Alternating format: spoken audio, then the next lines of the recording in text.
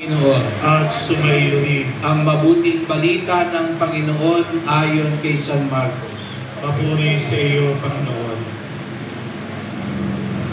Malapit na sina Jesus sa Jerusalem, nasa gulod ng bundok ng mga Olibo, at natatanaw na ang mga bayan ng Betfage at Betania. Pinauna ni Jesus ang dalawa sa mga alagad at sinabi sa kanila, "Pumunta kayo sa susunod na nayon. Sa pagpasok do'y makikita ninyong nakatali ang isang bisirong asno na hindi pa nasasakyan ni naman.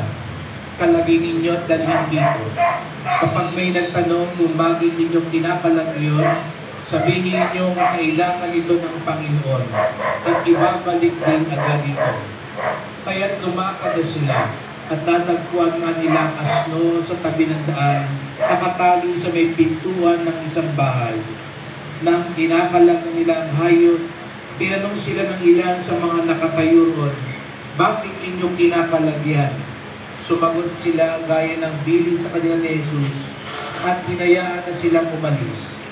Dinala nila kay Jesus ang bisirong asno at matapos isapin sa likod nito ang kanilang mga balabal, ito'y sinakyan ni Jesus.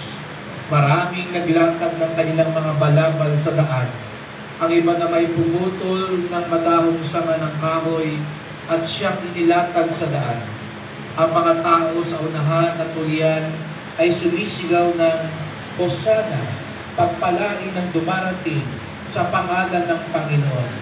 Pagpalain nawa ang kaharian ng ating amang si David na muling itinatag, purihin ng Panginoon. Mga kapatid, ang mabuting balita ng ating kaligtasan. Pinupuri ka namin, Panginoong Jesucristo.